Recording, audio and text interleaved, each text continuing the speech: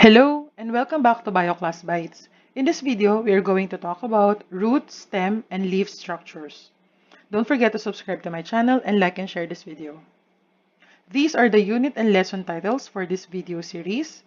And in this video, we are going to focus on root, stem, and leaf structures. In our previous video, we talked about the different plant tissues. So if you still remember, dermal tissues provide protection for the plant. The vascular tissues are responsible in conducting food and water, while the ground tissue is anything other than dermal and vascular tissues, and they are responsible in providing support and strength for the plant body. Now, at different parts of the plant, at different parts of the plant, you can actually see these three plant tissues. So you can see the three tissues in roots. So you have the outermost dermal tissue, the vascular tissue system in the middle, and then in between the ground tissues. Then in stems, cross-sections of stems, you can also see the outermost dermal tissue for protection, the vascular bundles, the vascular tissues around here forming a ring here, and everything else are the ground tissues. And even in leaves, cross-section of the leaves, you can see the outermost dermal tissue, the vascular tissues here, and then the ground tissues here colored yellow. The three tissue systems are found again in the three kinds of vegetative organs in plants. So when we say vegetative organs, these are the non-reproductive structures of a plant. So vegetative, non-reproductive structures. So those are your roots, stems, and leaves. Roots, we're familiar with roots. They have simpler pattern of organization and development than stems and leaves. They are found underneath the soil, okay? They are mostly found underneath the soil because they interact with the soil, bacteria, and fungi. So we define soil as the layer of Earth's crust that has been modified by contact with weather, wind, water, and organisms, and contains most of the essential elements required by plants for its growth and development.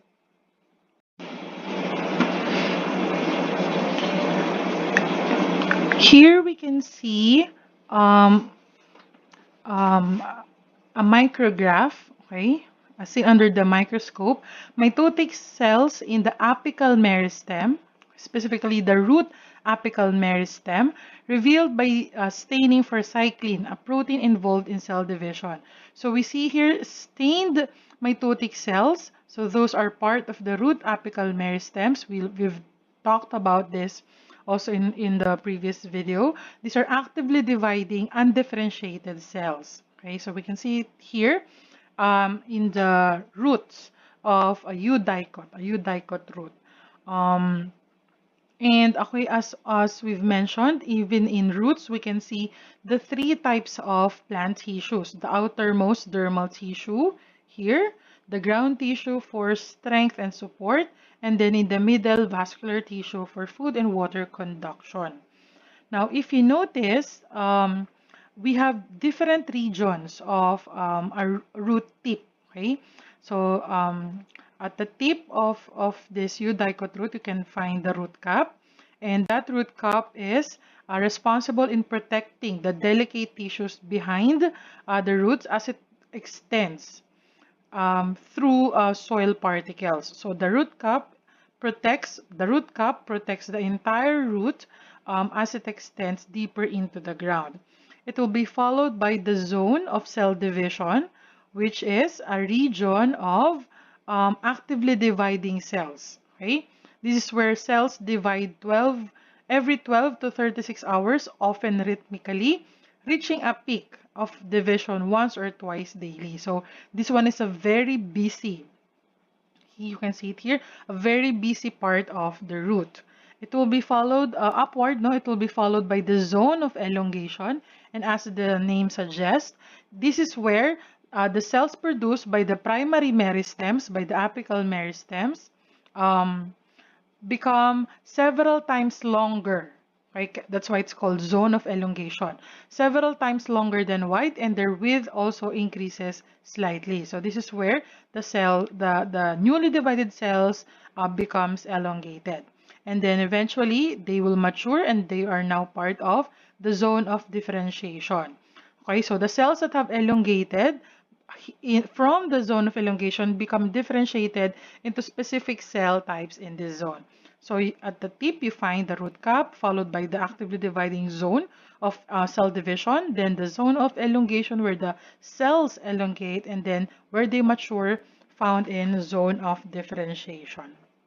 So this one is a diagram of a eudicot root.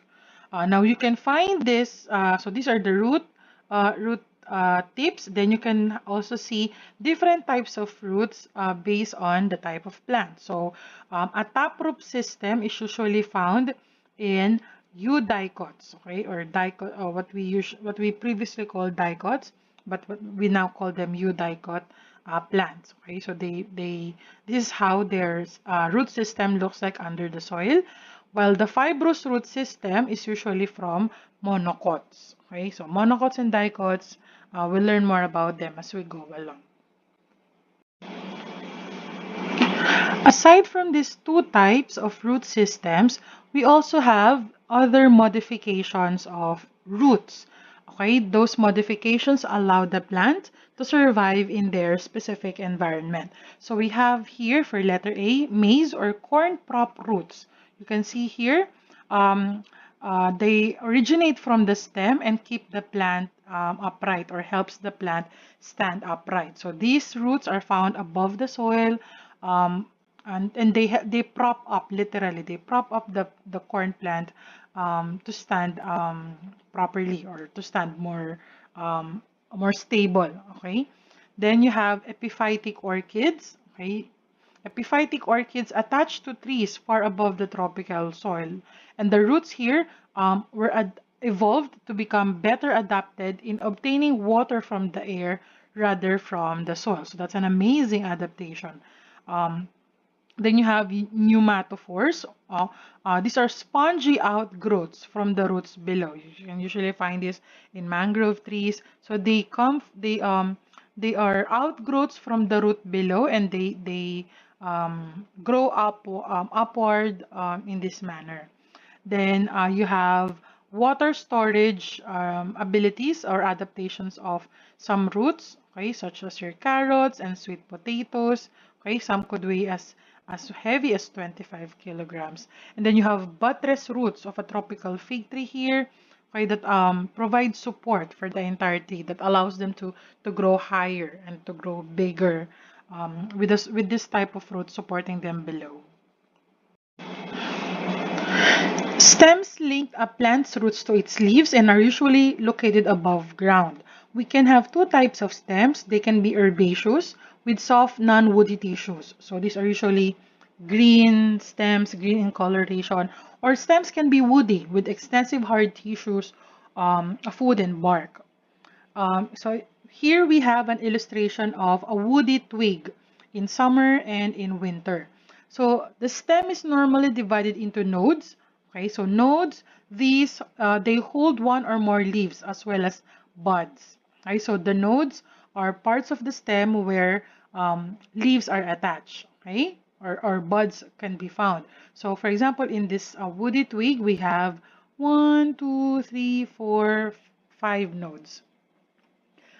Internodes is the distance between one node from another. So between. So this part distance between two nodes is an internode, internode, internode, internode.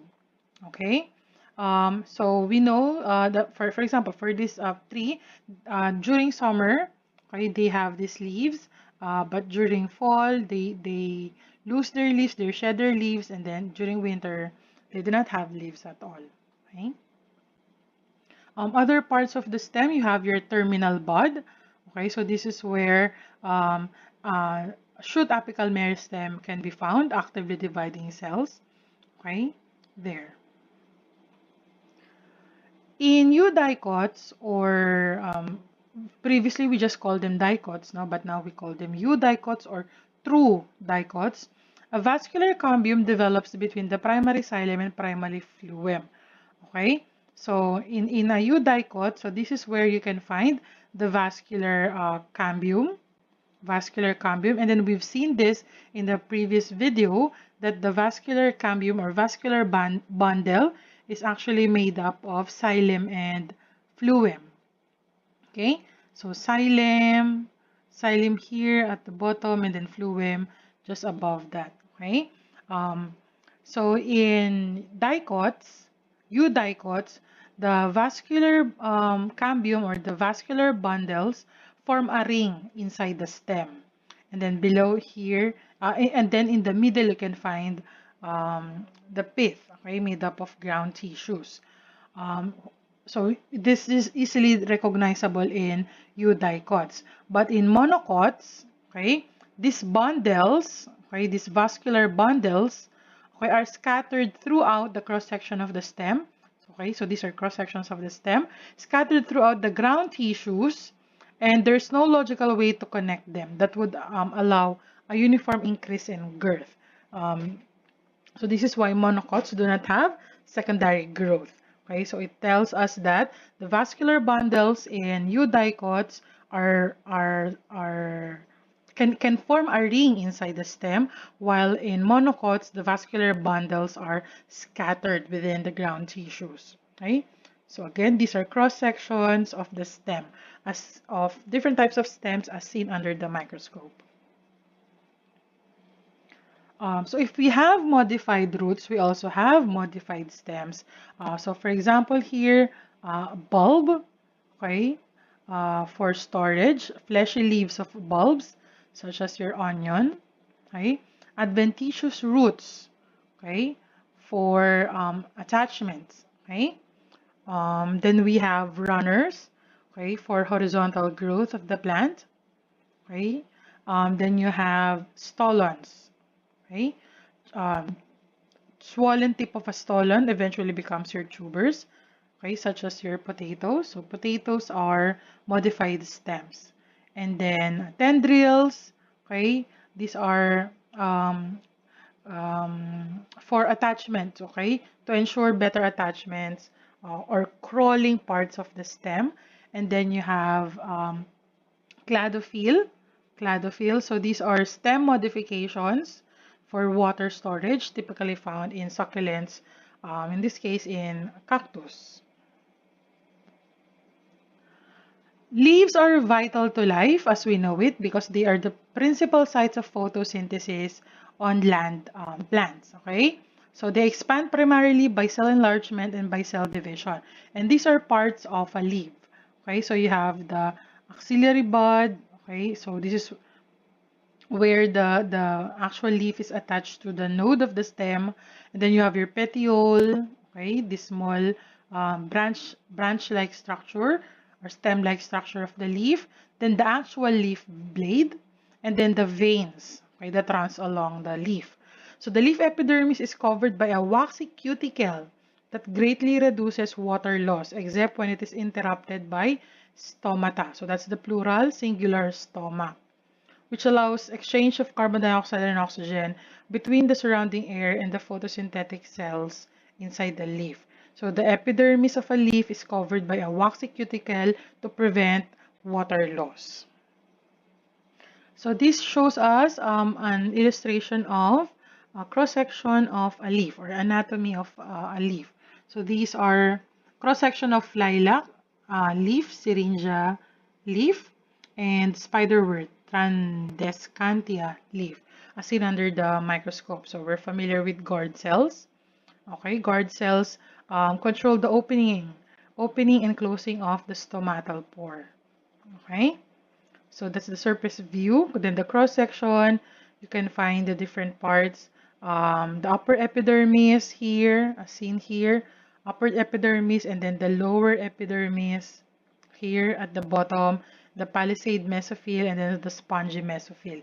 Looking deeper, we can actually find, so of course, their upper and lower epidermis are part of the dermal tissues.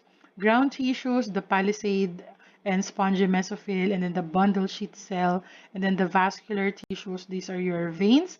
You have your xylem and phloem, xylem for conduction of water and phloem for food. Okay, and then you have here the guard cells here, which regulates the opening and closing of the stomata. Okay, so you have other parts. So again, no, the cuticle is that waxy layer that protects or coats the epidermis of leaves. Then you can find other types of tissues here as well.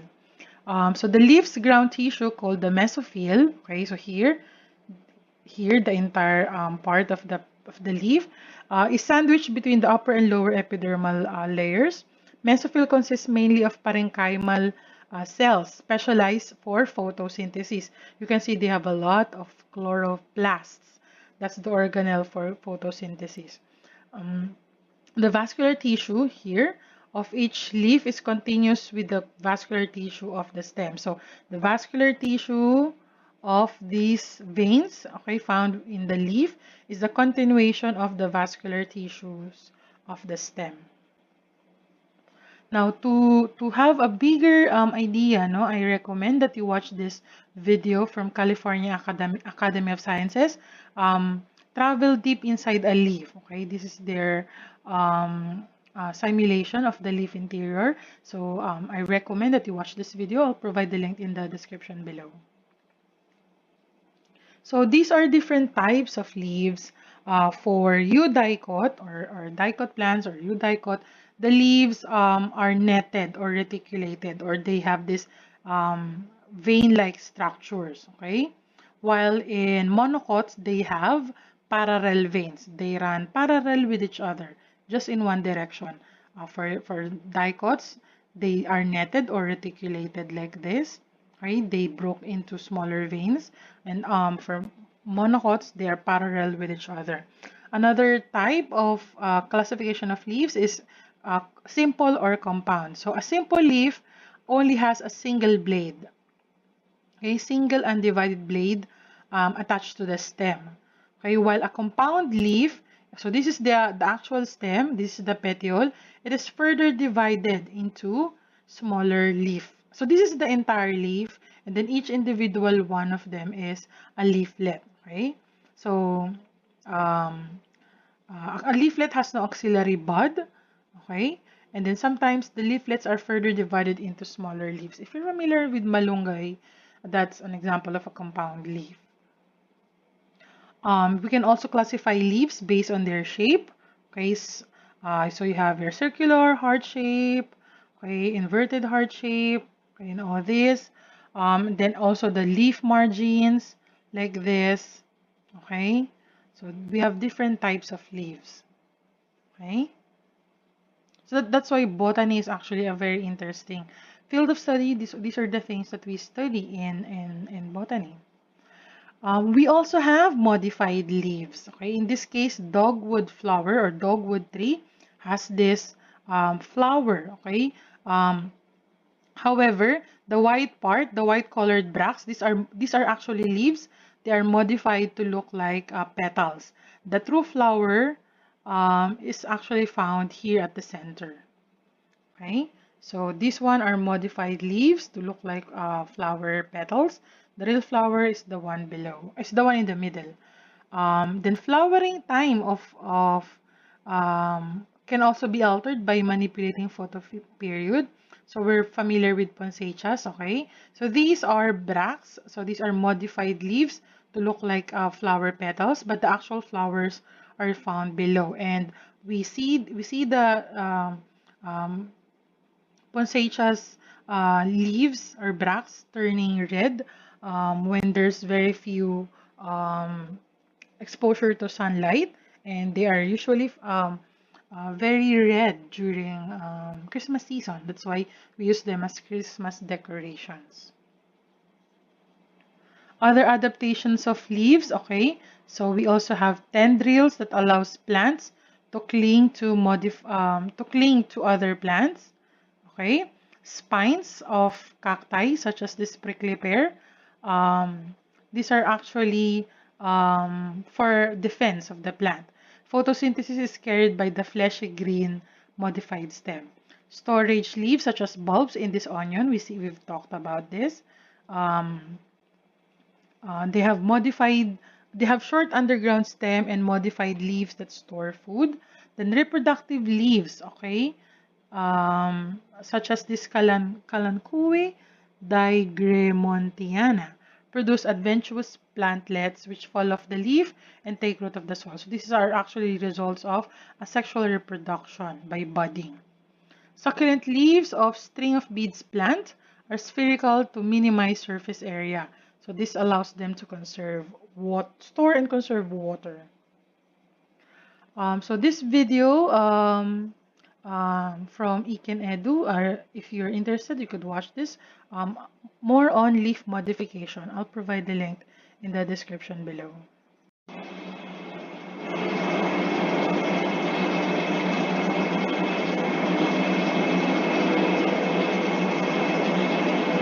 That ends our video. I hope you learned something new. Don't forget to subscribe to my channel and like and share this video.